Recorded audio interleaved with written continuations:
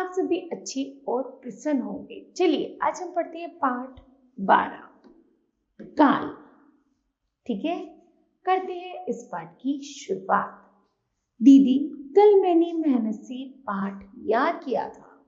आज मेरी परीक्षा है, शायद आज मैं सभी प्रश्नों के सही उत्तर लिखूंगा। परीक्षा का परिणाम 10 दिन बाद आएगा। उपयुक्त वाक्यों में याद किया था, लिखूंगा, आएगा आदि शब्द क्रियाएं हैं। इनसे कार्य के होने की अलग अलग समय का बोध हो रहा है। उदाहरण, याद किया था, यह क्रिया समाप्त हो चुकी है। दूसरा, परीक्षा है, यह क्रिया अभी हो रही है। लिखूंगा या आएगा, यह क्रिया भविष्य में होगी। ठीक है, चलिए जानते हैं इसी परिभाषा के माध्यम से। क्रिया के जिस रूप से कार्य के करने या होने का समय का बोध हो उसे काल कहते हैं। काल के भेद, काल के 3 भेद होते हैं, भूतकाल, वर्तमान काल और भविष्यत काल। पहला है भूतकाल। भूतकाल किसे कहते हैं? क्रिया के जिस रूप से कार्य के बीते हुए समय में समाप्त होने का बोध होता है उसे भूतकाल कहते हैं। जैसे रीता ने कल स्कूल में गाना गाया था, मेरा विद्यालय कल बंद था।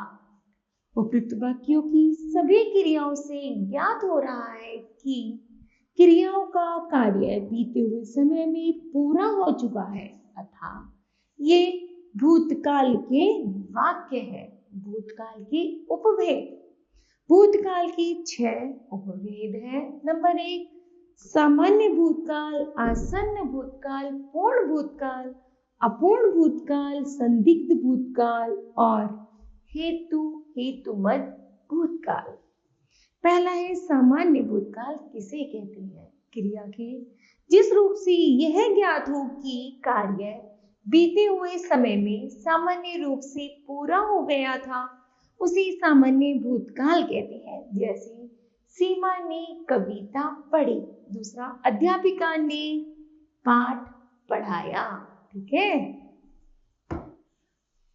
उपयुक्त वाक्यों की क्रिया पढ़ी तथा पढ़ाया से पता चलता है कि कार्य सामान्य रूप से बीते हुए समय में पूरा हो गया है, अर्थात ये सामान्य भूतकाल के वाक्य है। ठीक है, आगे है आसन्न भूतकाल। क्रिया की जिस रूप से पता चले कि कार्य अभी अभी समाप्त हुआ है उसे आसन्न भूतकाल कहते हैं।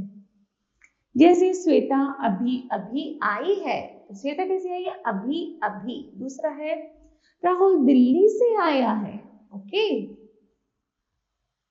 ठीक है, उपयुक्त वाक्यों की क्रियाएं अभी थोड़ी देर पहले ही समाप्त हुई है, अर्थात ये आसन्न भूतकाल के वाक्य हैं।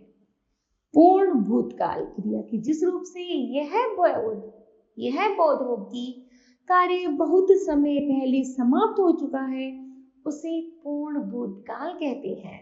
जैसे हमारा देश 15 अगस्त को आजाद हुआ था। दूसरा, स्वच्छ भारत अभियान 2 अक्टूबर को शुरू हुआ था। ठीक है, उपयुक्त वाक्यों की क्रियाओं से बोध हो रहा है कि कार्य बहुत समय पहले पूरा हो गए थे, अतः ये पूर्ण भूतकाल की क्रियाएं हैं। फिर है अपूर्ण भूतकाल। क्रिया के जिस रूप से यह बोध हो कि क्रिया भूतकाल में हो रही थी परंतु यह नहीं पता चला कि कार्य पूर्ण हुआ या नहीं, उसे अपूर्ण भूतकाल कहते हैं। जैसे मयंक पत्र लिख रहा था। दूसरा, जब मैं आया तब वहां बहुत तेज वर्षा हो रही थी। ठीक है, उपयुक्त वाक्यों में लिख रहा था, हो रही थी क्रियाओं से पता चलता है कि कार्य बीते हुए समय में शुरू हुआ था परंतु अभी समाप्त हुआ या नहीं यह नहीं पता, अतः ये अपूर्ण भूतकाल की क्रियाएं हैं। फिर है संदिग्ध भूतकाल। भूतकाल में जिस क्रिया के करने या होने पर संदेह प्रकट हो उसे संदिग्ध भूतकाल कहते हैं। जैसे रंजना कार्यालय पहुंच गई होगी, आतंकवादी पकड़ा गया होगा।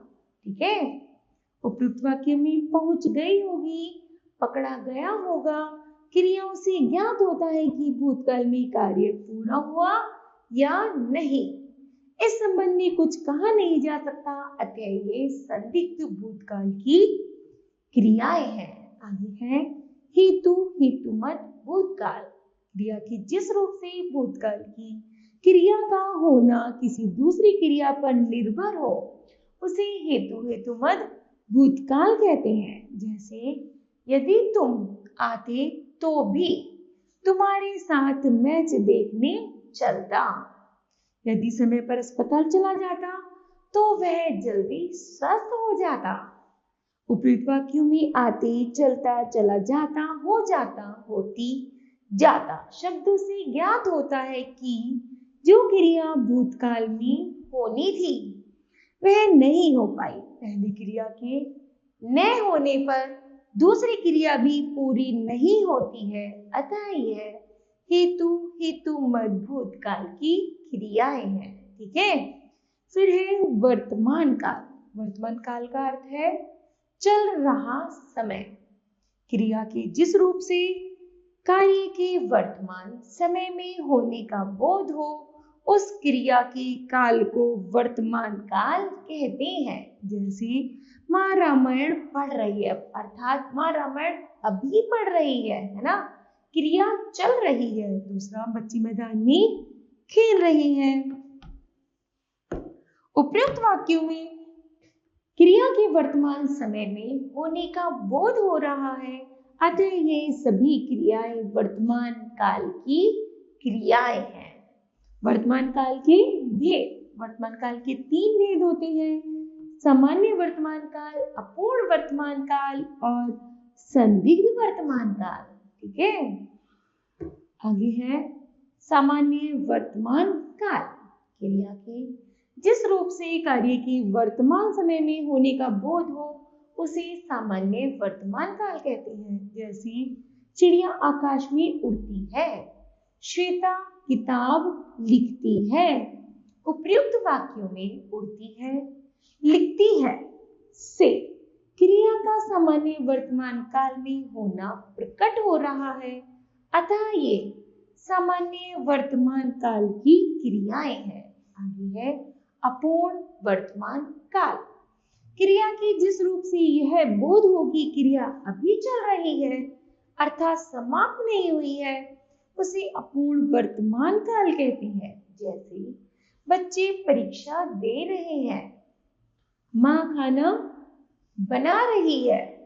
उपयुक्त वाक्य में दे रहे हैं, बना रही है शब्दों से पता चल रहा है कि क्रिया अभी वर्तमान काल में चल रही है, उसकी समाप्ति की जानकारी नहीं है, अर्थात यह अपूर्ण वर्तमान काल है। ठीक है, आगे है संदिग्ध वर्तमान काल। क्रिया के जिस रूप से हमें कार्य के वर्तमान काल में होने या करने का संदेह होता है उस काल को संदिग्ध वर्तमान काल कहते हैं। जैसे रवि मुंबई पहुंच गया होगा, विशाल जन्मदिन मना रहा होगा, नेताजी भाषण दे रहे होंगे। ठीक है, उपयुक्त वाक्यों में पहुंच गया होगा, मना रहा होगा तथा दे रहे होंगे से वर्तमान में क्रिया के होने का बोध होता है, परंतु यह क्रिया इस समय हो रही है या नहीं इसमें संदेह है, अतः यह संदिग्ध वर्तमान काल है। ठीक है, आगे है भविष्यत काल। क्रिया के जिस रूप से यह बोध हो कि कार्य आने वाले समय में होगा उसे भविष्यत काल कहा जाता है। जैसे मैं कल बाजार जाऊंगा, दादाजी अगले महीने आएंगे, अर्थात उपयुक्त वाक्य में जाऊंगा आएंगे शब्दों से क्रिया के आने वाले समय का होने का बोध हो रहा है। ये काम भविष्य में होंगे अथा ये भविष्यत काल की क्रियाएं हैं। ठीक है, भविष्यत काल की भेद। भविष्यत काल की दो भेद होते हैं, सामान्य भविष्यत काल और संभाव्य भविष्यत काल। पहला है सामान्य भविष्यत काल, क्रिया के जिस रूप से कार्य के सामान्य रूप से भविष्य में अर्थात आने वाले समय में होने का पता चले उसे सामान्य भविष्यत काल कहते हैं। जैसे कल विद्यालय में रंगारंग कार्यक्रम आयोजित होगा। दूसरा, मोहन कल आगरा जाएगा। ठीक है, उपयुक्त वाक्य में होगा तथा जाएगा शब्दों से बोध हो रहा है कि सब काम आने वाले समय में पूरे होंगे अथा ये सामान्य भविष्यत काल की क्रियाएं हैं। ठीक है, आगे है संभाव्य भविष्यत काल। क्रिया के जिस रूप से आने वाले समय भविष्य में कार्य की होने की संभावना का बोध हो उसे संभाव्य भविष्यत काल कहते हैं। जैसे शायद राज कल आएगा। उपयुक्त वाक्य में होने वाली घटनाओं के भविष्य में होने पर संदेह प्रकट किया गया है या एक तरह की संभावना व्यक्त की गई है, अतः यह संभाव्य भविष्यत काल कहा जाता है। ठीक है, आगे है। तो बच्चों, यह पाठ समाप्त होता है। जानते हैं इस पाठ की महत्वपूर्ण तथ्य। क्रिया के जिस रूप से कार्य के करने या होने के समय का बोध होता है उसे काल कहते हैं। काल के तीन भेद होते हैं, भूतकाल, वर्तमान काल और भविष्यत काल। भूतकाल क्रिया के बीते समय में होने का बोध कराता है। भूतकाल के 6 भेद होते हैं, सामान्य भूतकाल, आसन्न भूतकाल, पूर्ण भूतकाल, अपूर्ण भूतकाल, संदिग्ध भूतकाल और हेतुवत भूतकाल। आगे है वर्तमान काल, क्रिया के चल रहे समय में होने का बोध कराता है। वर्तमान काल के 3 भेद होते हैं, सामान्य वर्तमान काल, अपूर्ण वर्तमान काल और संदिग्ध वर्तमान काल।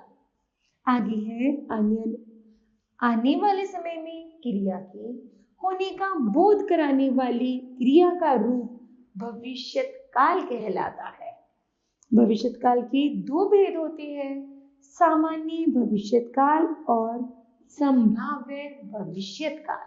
ठीक है, मुझे आशा है बच्चों यह पाठ आपको भली भांति समझ आया होगा। धन्यवाद।